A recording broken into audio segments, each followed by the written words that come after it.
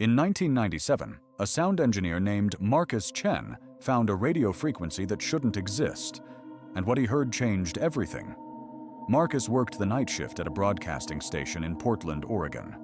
His job was simple: monitor equipment, log signal patterns, and make sure nothing went wrong after midnight. For 3 years, he'd done this job without incident. But on November 14th, something broke the routine. Around 2 a.m., Marcus noticed a spike on the frequency analyzer. Not unusual in itself. Atmospheric interference happened all the time. But this spike was different. It was perfectly uniform, impossibly clean, and it occupied a frequency that wasn't assigned to any station in North America. Against protocol, Marcus adjusted his headphones and tuned in. At first, there was nothing but static. Then, beneath it, something emerged. A voice. Not words exactly. More like the concept of words, if that makes sense. Marcus described it later as feeling language directly in his mind, rather than hearing it through his ears. The presence on the other end was aware of him. More than aware. It was expecting him. Marcus pulled off the headphones, his heart hammering. But the signal remained. He could still hear it faintly, even without audio equipment. It was coming from inside his head. He documented everything: the frequency, the time, his vitals. His heart rate had spiked to 160 beats per minute. Then he did something that would haunt him. He tuned back in. This time, the voice was stronger. It conveyed images. Marcus saw things that weren't in the station with him.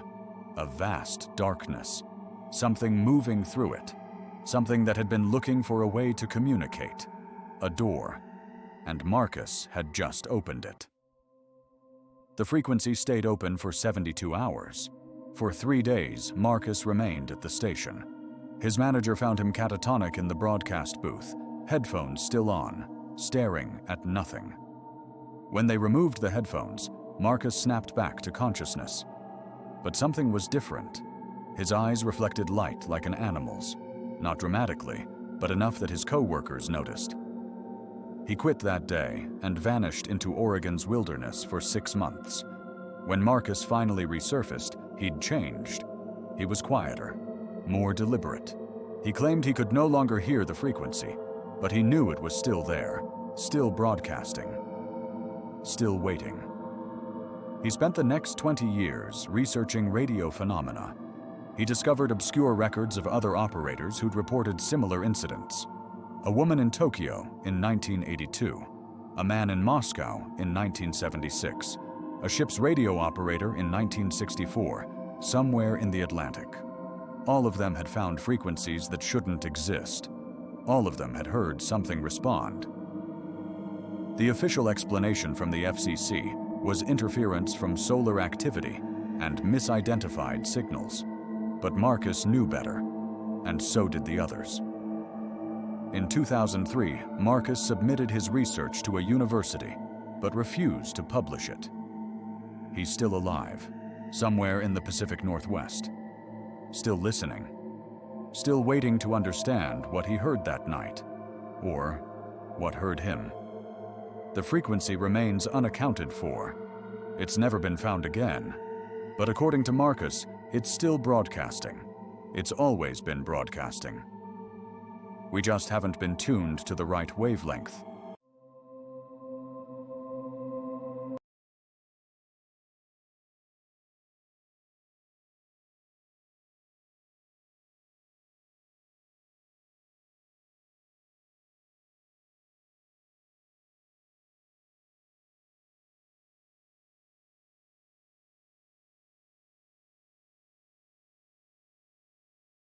I picked up 3 passengers who shouldn't have been there, and I didn't realize it until they were already inside my car.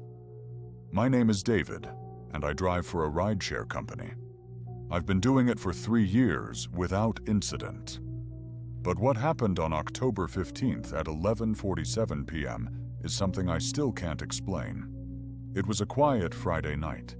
I was heading home after my shift when I got a ping from downtown.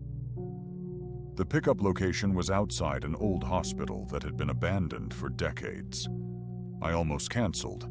Something about it felt wrong. But the fare was good, and I needed the money. So I drove there. When I pulled up, I saw them immediately. A family of 4 standing under the streetlight. A man in a dated suit from the 1950s, a woman in a matching dress, and 2 children in old-fashioned clothes. They were perfectly still, not fidgeting, not checking their phones, just waiting. "Rideshare?" I called out. The man nodded and smiled. His teeth were too white, too perfect. Without saying a word, all 4 of them climbed into my back seat. "Where to?" I asked, checking my phone for the destination. Nothing came through. The app was blank. No address. Nothing. "Just drive," the man said. His voice was calm, almost hypnotic. "We'll tell you when to turn." Something screamed at me to kick them out, but I couldn't move. My hands started the car on their own. My foot found the accelerator. I was driving, but I wasn't in control. In the rearview mirror, I watched them. The family sat perfectly straight, their heads tilted at identical angles. The children stared directly at me without blinking. The parents smiled those impossible smiles. "Turn left," the man said. I turned left. We were heading toward the industrial district, empty warehouses and abandoned factories. "Turn right." I turned right. My heart was pounding so hard I thought my chest would burst. "Turn left, left, right, right." For what felt like hours, they directed me through streets I didn't recognize. Neighborhoods that seemed to shift and change. Streetlights flickered like dying heartbeats. The roads became narrower, darker, and then suddenly, it stopped. "You can stop here," the man said. I slammed on the brakes. My hands flew to the door lock and clicked it. In the mirror, I could see them clearly now. Their skin looked translucent in the darkness. The woman's head was tilted too far back. The children's eyes were completely black. No iris, no white, just black. "What are you?" I whispered. "We're going home," the man said. "Would you like to come?" He reached toward the front seat. I threw the car into drive and floored the accelerator. The tires screamed against the pavement. Behind me, I heard them laughing. Not a normal laugh, but something hollow and wrong, like wind howling through an empty building. I didn't look back. I drove for 40 minutes, my eyes locked on the road, my hands shaking so badly I could barely control the wheel. When I finally looked in the mirror, they were gone. The back seat was empty. I drove straight to the police station. They found nothing on my dash cam, no footage of them, no audio, nothing. They called it a technical glitch, suggested I was tired and had fallen asleep at the wheel. But I know what I experienced. Here's the part that keeps me awake at night. I still drive rideshare. And every night, without fail, I get a ping from that same location outside the abandoned hospital. The destination is never filled in, and when I pull up, they're always standing there under the streetlight, waiting, smiling. I haven't picked them up again, but I know eventually I won't have a choice. Sarah found a photograph of herself in her grandmother's attic that was taken 40 years before she was born. It started as a simple afternoon. Sarah was helping her mother clean out her grandmother's house after the funeral. Most of it was typical: old quilts, vintage dishes, boxes of greeting cards. But in the attic, tucked behind a loose brick in the chimney, Sarah discovered a metal lockbox filled with Polaroids. The photographs were dated meticulously on the back: years, months, and days. As she sorted through them, her blood went cold. One image showed her, unmistakably her, standing in front of a house she'd never seen, wearing clothes from the 1980s. The date read, June 14th, 1983. Sarah was born in 1998. She showed her mother's face drained of color. There were more, dozens more. Photographs of family members in different eras. Her uncle as a child in the 1970s, standing beside a woman who looked exactly like their cousin, someone who wouldn't be born for another 2 decades. Her mother herself, aged maybe 16, photographed in 1989, wearing a specific dress her mother swore she'd never owned. They discovered something worse when they examined the photos more closely. In the background of each image, there was always a figure. The same figure. A tall, impossibly thin person with a blank white face, always slightly out of focus, always watching, always in the periphery.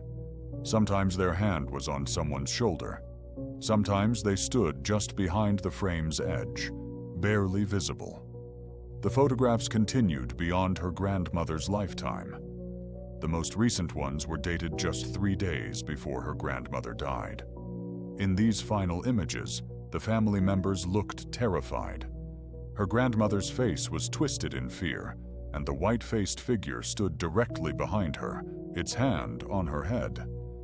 But the truly horrifying discovery came when Sarah found one final Polaroid, unstamped and undated, placed face down beneath the box's lining.